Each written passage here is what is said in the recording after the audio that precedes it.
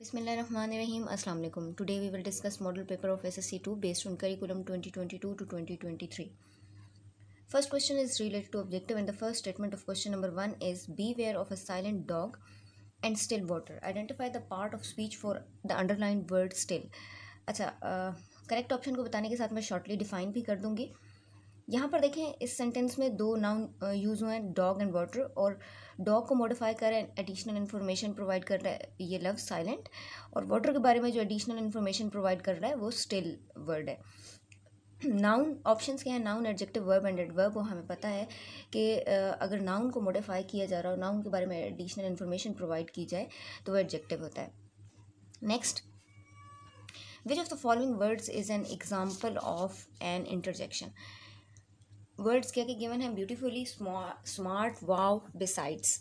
अच्छा, ब्यूटीफुली तो एडवर्ब है. यहाँ बाकी देखें ऑप्शन स्मार्ट, वाव और बिसाइड्स, और हमने बताना किसके बारे में? इंटरजेक्शन के बारे में. तो इंटरजेक्शन वो वर्ड्स होते हैं जो कि सडन स्ट्रॉन्ग फीलिंग्स, इमोशंस को शो करते हैं, और वो फीलिंग्स ऑफ सॉरो भी हो सकती हैं, फीलिंग्स ऑफ वंडर भी हो सकती हैं, और वो हैप्पीनेस की फीलिंग्स भी हो सकती हैं. तो यहाँ पर वाव का वर्ड फीलिंग ऑफ वंडर को एक्सप्लेन करे, तो ये आपके पास करेक्ट ऑप्शन है, इंटरजेक्शन है. Identify the collective noun in this sentence. Emily's kindness brought joy to the crowd of children. Collective noun क्या होता है कि पर्टिकुलरली स्पेसिफिकली हम एक नेम को किसी भी चीज़ का नेम है उसको कॉल नहीं करते, बल्कि हम on the whole general terms जो यूज़ होती हैं वो हम बात करते हैं. और जैसे फॉर एग्ज़ाम्पल अगर तो हम स्टूडेंट्स हैं तो हम क्लास का लफ्ज़ स्टूडेंट्स के लिए जब यूज़ करते हैं तो वो आपके पास कलेक्टिव नाउन है. अब यहाँ पर देखें, Emily's kindness brought joy to the crowd of children, और हमें यहाँ पे बताना है कि कौन सा लफ्ज़ जो है वो कलेक्टिव नाउन है. So here correct option is option C, crowd. Next, identify the adverb of frequency in this sentence. Yes she always performs very well. Adverb of manner किसका? अच्छा, ये एडवर्ब की जो टाइप्स हैं ये बड़ा एक इजी वे है आपको याद करने का कि कैसे एडवर्ब ऑफ मैनर रिप्लाई करता है हाउ का, एडवर्ब ऑफ फ्रीक्वेंसी रिप्लाई करती है हाउ मच, और इसी तरीके से एडवर्ब ऑफ टाइम व्हेन का रिप्लाई करता है. तो यहाँ पे देखिए हमने आइडेंटिफाई करना है इस सेंटेंस में से एडवर्ब ऑफ फ्रीक्वेंसी को. तो मैंने अभी कहा कि एडवर्ब ऑफ फ्रीक्वेंसी बेसिकली बताती है हाउ मच के बारे में. तो यहाँ पर देखें, yes she always performs very well, here B always is a correct option. Intensity को बता रहे हैं ना ये लफ्ज़. Which type of verb is the underlined word was in the following sentence. She was running down, was underlined है, और आपने बताना है कि कौन सा वर्ब है, ट्रांजिटिव है, लिंकिंग वर्ब है, मॉडल वर्ब है, या फिर ऑक्सिलरी वर्ब है. यहाँ पर वॉज ऑक्सिलरी वर्ब है, मीन हेल्पिंग वर्ब है. Choose the sentence having a compound preposition. अब कंपाउंड प्रेपोजिशन यानी दो या दो से ज़्यादा अल्फाज यूज़ हुए हैं, प्रेपोजिशनल वर्ड्स यूज़ होंगे उस सेंटेंस में. She is sitting under the tree, एक ही प्रेपोजिशन यूज़ हुआ है, ठीक है, अंडर. नेक्स्ट देखें, he came because of an emergency. अब यहाँ पर देखें दो प्रेपोजिशन यूज़ हुए हैं, तो ये आपके पास करेक्ट ऑप्शन बी है यहाँ पर. Next, choose the correct form of the verb for future perfect tense. By tomorrow she dash her assignment. अच्छा, अब जो ऑप्शंस गिवन है इनको डिस्कस कर लेते हैं. कंप्लीट्स वर्ब के साथ एस लगा हुआ है, इसका मतलब है कि प्रेजेंट इंडेफिनेट अगर तो होता तो हमारे पास ये करेक्ट ऑप्शन होता. कंप्लीटेड पास्ट इंडेफिनेट पूछा गया होता तो हमारे पास ये करेक्ट ऑप्शन होता. यहाँ पर देखें उन्होंने कहा है future perfect tense, has completed तब करेक्ट ऑप्शन होता जब हमारे पास पूछा गया होता प्रेजेंट परफेक्ट के बारे में, और फ्यूचर परफेक्ट है तो will have completed is a correct option. Next, which pattern is used in the following sentence. The teacher gave the students homework. SVO use हुआ है, SVC यूज़ हुआ है, SVW यूज़ हुआ है, SV यूज़ हुआ है. अच्छा, हम इस सेंटेंस को डिस्कस कर लेते हैं. द टीचर सब्जेक्ट है यहाँ पर, ठीक है, गेव वर्ब है आपके पास, और द स्टूडेंट्स होमवर्क ये आपके पास ऑब्जेक्ट है, ठीक है. The correct option is a है. Identify the adjectival phrase in this sentence. The book on the shelf was donated by Mr. Nasir. अच्छा, adjectival phrase, पहले तो phrase की definition पता होनी चाहिए कि what is phrase. Basically combination of few words को हम phrase कहते हैं, और वो ऐसे words हों कि वो अपनी सेंस complete provide ना करते हों. अनलेस एंड अनटिल, जब तक हम उसको किसी और सेंटेंस में यूज़ ना करें। अब एडजेक्टिवल फ्रेज क्या है कि नाउन के बारे में दो या दो से ज़्यादा अल्फाज इंफॉर्मेशन प्रोवाइड कर रहे होंगे। अगर सिर्फ एक लफ्ज़ जो है इंफॉर्मेशन प्रोवाइड करता है तो वो एडजेक्टिव होता, लेकिन दो या दो से ज़्यादा अल्फाज इंफॉर्मेशन प्रोवाइड करें नाउन के बारे में, सब्जेक्ट के बारे में, तो वो आपके पास एडजेक्टिवल फ्रेज है। ठीक है। The book on the shelf was donated by mister Nasir. अब देखिए यहाँ पे नाउन क्या है, हमारे पास बुक है, on the shelf adjectival phrase है क्योंकि ये नाउन सब्जेक्ट के बारे में एडिशनल इन्फॉर्मेशन प्रोवाइड करे कि वो बुक कहाँ थी। वॉज हेल्पिंग वर्ब है, डोनेटेड आपके पास वर्ब है, और बाय मिस्टर नासिर ये आपके पास ऑब्जेक्ट है। तो यहाँ पर देखें इस सेंटेंस में कहाँ पे एडजेक्टिवल फ्रेज यूज हो रहा है, ऑन द शेल्फ, तो आपके पास B is a correct option है। तो following sentences carries and adverbial phrase. अभी हम फ्रेज को डिस्कस कर चुके हैं, लेकिन यहाँ पर एडवर्बियल फ्रेज है, इट्स मीन कि वर्ब को मॉडिफाई किया जा रहा होगा in the form of 2-3 words.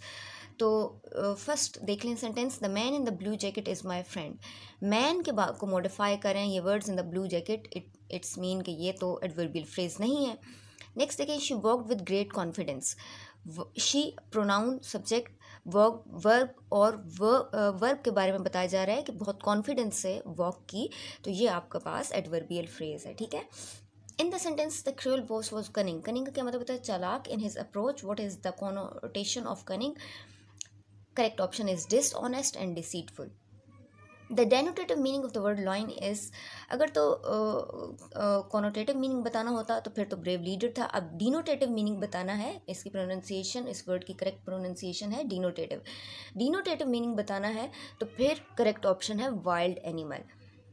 What sense does the word childlike make in the following sentence? He found childlike joy. Immature joy तो नहीं हो सकता, तो करेक्ट ऑप्शन है innocent and pure. Which sentence demonstrates a metaphor? Next last आपको जो sentence है that is related to objective जो है that is related to personification, इन दोनों को इकट्ठा हम देख लेते हैं। metaphor में दो डिफरेंट चीज़ों को रिलेट किया जाता है विदाउट यूजिंग लाइक और एज, और पर्सोनिफिकेशन में ह्यूमन कैरेक्टरिस्टिक्स को किसी ऑब्जेक्ट से रिलेट किया जाता है। अब यहाँ पर देखें, the wind howled through the trees, यहाँ पर तो ये तो पर्सोनिफिकेशन है। नेक्स्ट देखें, द क्लासरूम वॉज अ जू। अब ये क्लासरूम और जू दो डिफरेंट चीज़ें हैं और इनको एक सेंटेंस में यूज़ किया जा रहा है, तो इसका मतलब है कि यहाँ पर आपके पास मेटाफर यूज़ हुआ है। अब लास्ट आपका पर्सोनिफिकेशन से रिलेटेड है, तो हम देखेंगे कि कहाँ पर ह्यूमन लाइक कैरेक्टरिस्टिक्स यूज़ हुए हैं। It was as easy as ABC। Simile use हुई है, life is a game. Metaphor use हुआ है, डिफरेंट थिंग्स हैं। लास्ट देख लें, the trees wave their arms in the wind. Human characteristics को रिलेट किया गया है, तो यहाँ पर आपके पर्सोनिफिकेशन किस सेंटेंस में यूज़ हुई है, लास्ट में, फोर्थ में, D is a correct option. Number 2 of section B same previous pattern को फॉलो कर रहा है।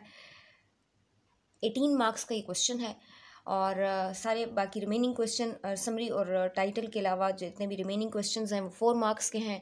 समरी, राइटिंग और टाइटल का क्वेश्चन 6 मार्क्स का है, लेकिन मैं हमेशा ये एक सजेशन देती हूँ स्टूडेंट्स को कि आप लोग पहले टाइटल लिखा करें, क्योंकि मोस्टली स्टूडेंट्स जब समरी राइटिंग करते हैं और वो इतना मटेरियल ऐड कर देते हैं कि वो समरी राइटिंग नहीं, वो इससे बन जाता है, और फिर एंड पे उनको याद ही नहीं रहता या स्पेस ही नहीं बचती टाइटल देने की। तो कोशिश किया करें कि टाइटल पहले दिया करें। अच्छा जी, question number 3 is related to paraphrasing. Again previous pattern पर ही है ये क्वेश्चन, 3 मार्क्स का है, और इसमें हम देख लेते हैं कि स्टेंसास का किस पोएम से लिए गए हैं, कहाँ से लिए गए हैं। I cried for a while and then I got mad. This was not my idea of being a dad. अच्छा जी, ये स्टेंसा लिया गया पोएम ब्लू से। और नेक्स्ट, वंस और ट्वाइस दो you should fail try try again, ये जो 10th की पुरानी बुक थी उसमें पोएम थी ट्राई अगेन, वहाँ से ये स्टेंसा लिया गया। B part of question number 3 is related to stanza comprehension. Again previous pattern को फॉलो किया गया, 6 मार्क्स का है ये, और 3 क्वेश्चन हैं। पहला स्टेंसा देख लेते हैं हम कि ये कहाँ से लिया गया है। Nature the gentlest mother impatient of no child, ये स्टेंसा लिया गया है nature the poem the mother poem से। ठीक है। अच्छा, इसके क्वेश्चन देख लें। Which image does the poet use to describe nature, इसका आंसर है gentlest mother. Trace out an example of personification in the given poetic extract, तो कहाँ पर पर्सनिफिकेशन यूज़ की गई है, नेचर एज अ मदर में, ठीक है।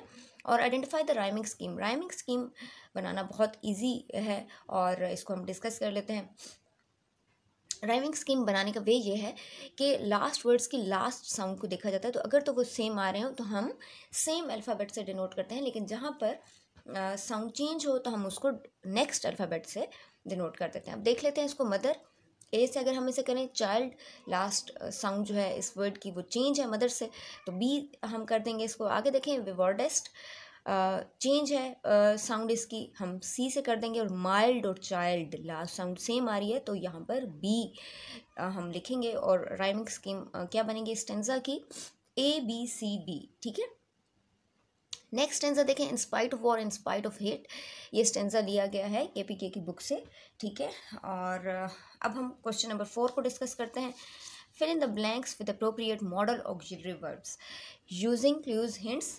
अच्छा जी, 4 मार्क्स का क्वेश्चन है, 6 हैं इसमें सेंटेंसेस, लेकिन कोशिश क्या करें कि 6 के 6 ही अटैम्प्ट करें, ताकि जब आपका पेपर चेक हो रहा हो तो एग्जामिनर अगर तो कोई आपने रॉन्ग कर लिया है और 6 किए हुए हैं तो उसमें से कोई ना कोई वो चूज़ कर लेता है करेक्ट। अच्छा आगे देखें, फर्स्ट क्या है इसमें sentence, he dash lifts his heavy box without any help. Ability के लिए कौन सा मॉडल वर्ब यूज़ होता है, he can lift his heavy box. Next, permission के लिए may I use your phone for a minute, ये तो आप सबको पता ही होगा।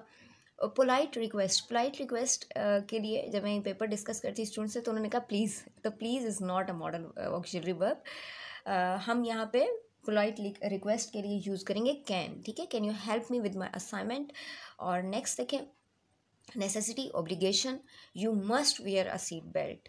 एडवाइस, सजेशन के लिए you dash see a doctor, यहाँ पर you should see a doctor. और लास्ट में हमने फ्यूचर प्रेडिक्शन यानी फ्यूचर इंडेफिनिट का हेल्पिंग वर्ब यूज़ करना है, the weather will be sunny tomorrow. Question number part B of question number 4 adverbial phrases हैं और आपने इनको एडवर्ब में चेंज करना है, ठीक है। यानी ये जितने भी 2-3 वर्ड्स जो अंडरलाइंड है, बोल्ड हैं, आपने इनको सिंगल वर्ड में चेंज करना है। He spoke in a very gentle tone, he spoke gently, ठीक है। एलवाई वर्ड्स जो होते हैं वो आपके पास एडवर्ब्स होते हैं।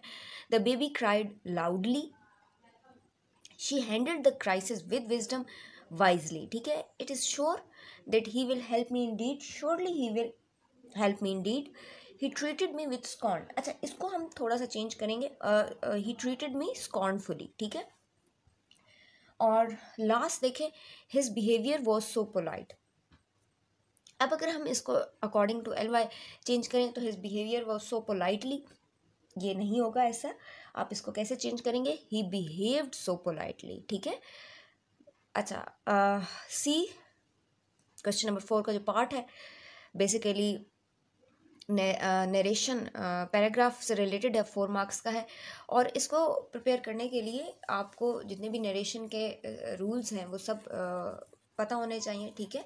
और पहले तो नरेशन सेंटेंसेस फॉर्म में आती थी, इस मॉडल पेपर में पैराग्राफ फॉर्म में है, लेकिन रूल्स आपने वही फॉलो करने हैं। अच्छा इसको देख लेते हैं। Mother said wake up early tomorrow, Sam asked why mom, the mother clarified we have to attend your cousin's wedding, get ready on time. अच्छा जब हम इसको चेंज करेंगे तो नॉर्मली पहले जब हम आपको सेंटेंसेस फॉर्म में नरेशन करवाते तो हम कहते थे कि सेड को सेड ही रहने देना है, सेड टू को टोल्ड में कन्वर्ट कर देना है। अच्छा यहाँ पर देखें हम यूँ लिखेंगे, mother ordered Sam to wake up early the next day, Sam asked his mother. ये मैं आपको एक पेज शो भी करवा देती हूँ, आप यहाँ से स्क्रीनशॉट ले सकते हैं और इसको प्रैक्टिस कर सकते हैं, नरेशन पैराग्राफ को प्रैक्टिस कर सकते हैं, ठीक है। इसमें क्वेश्चन नंबर 4 प्रॉपर शो हो रहा है, उसके आंसर्स आप इसका स्क्रीनशॉट लेकर उसको प्रैक्टिस कर सकते हैं। Now we are moving to section C। First question, write a short but coherent narrative based on any one of the following, on any one of the given 3 cues.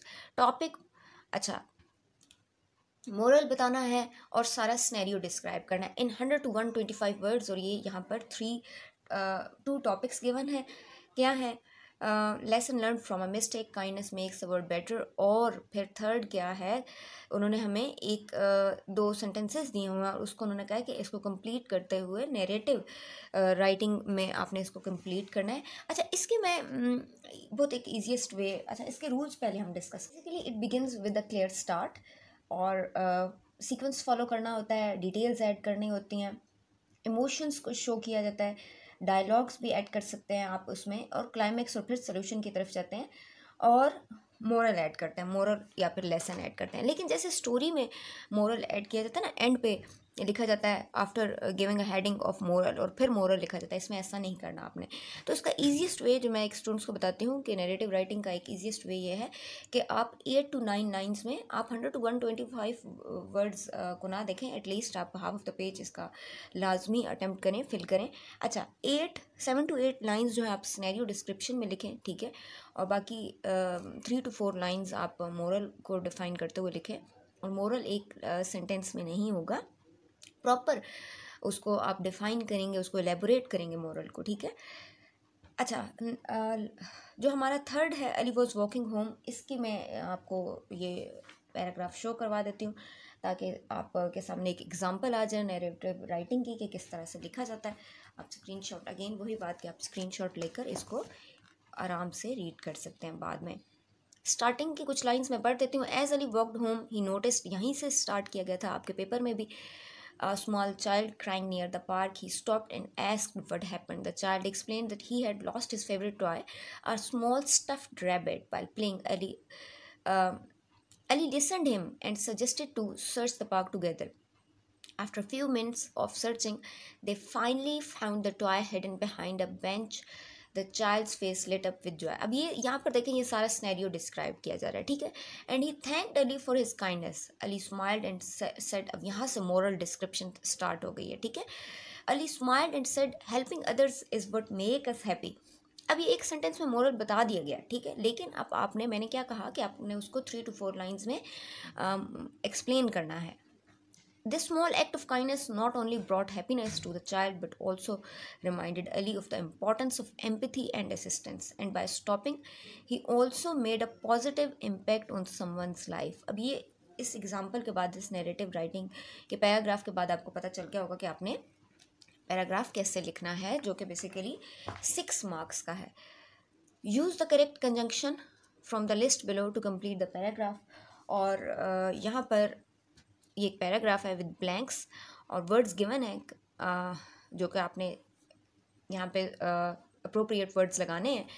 इसको देख लेते हैं। My father was in need of money and moral support because he had suffered. अच्छा जी, अब उसके बाद third में देखें क्या आ जाएगा। Therefore he requested his friend to lend him some money और assist him in any other way. Next blank, fifth blank में, however he was shocked that his friend supported him neither financially nor morally। तो ये बहुत easy है बेटे, इसको आप लोग इजीली कर लेंगे, लेकिन इसकी 2-3 एग्जांपल्स लाजमी देखा करें ताकि आइडिया हो जाए। अच्छा, last question is related to essay writing, 10 marks का है। और पैराग्राफ राइटिंग और एसे राइटिंग में डिफरेंस होता है, और वो क्या डिफरेंस है कि आपने इसमें इसकी एसे राइटिंग की जितनी भी नीड्स हैं वो फुलफ़िल करनी होती हैं। फॉर एग्जांपल, इसमें आपने कोटेशंस ऐड करनी होती हैं, और लेंथ मैटर करती है एसे राइटिंग की। और लास्ट थिंग, इसमें मैच्योर राइटिंग होनी चाहिए, ठीक है। इमेच्योर राइटिंग के साथ अक्सर स्टूडेंट्स कहते हैं जी हमने बहुत ज़्यादा लिखा, 2 पेजेस लिखती हैं और टीचर ने हमें 5-6 नंबर दिए हैं या 3-4 नंबर दिए हैं। तो मैच्योर राइटिंग टॉपिक के बारे में अच्छी खासी इन्फॉर्मेशन होनी चाहिए, ठीक है। और इसको सीक्वेंस में सारी इन्फॉर्मेशन को आप ऐड करेंगे। ऐसा नहीं करना कि आपने किसी पॉइंट को स्टार्ट किया और फिर आपने सेकंड पॉइंट को उसके साथ मिक्स कर दिया और फिर आप फर्स्ट पॉइंट पे जंप कर गए हैं, ठीक है। इसका बेस्ट सोल्यूशन ये होता है कि आप एक वेब डायग्राम बनाएं, सारे पॉइंट्स उसमें लिखें ऐसे राइटिंग से पहले विद लेड पेंसिल, और फिर उसमें आप उन सारे पॉइंट्स को 1 by 1 डिस्कस करते जाएं, ठीक है। तो वो उसमें आप अच्छी खासी इन्फॉर्मेशन ऐड कर सकते हैं, तो आपका ऐसे जो है वो लेंथी भी हो जाएगा। स्टे ब्लेस्ड, अल्लाह हाफिज़।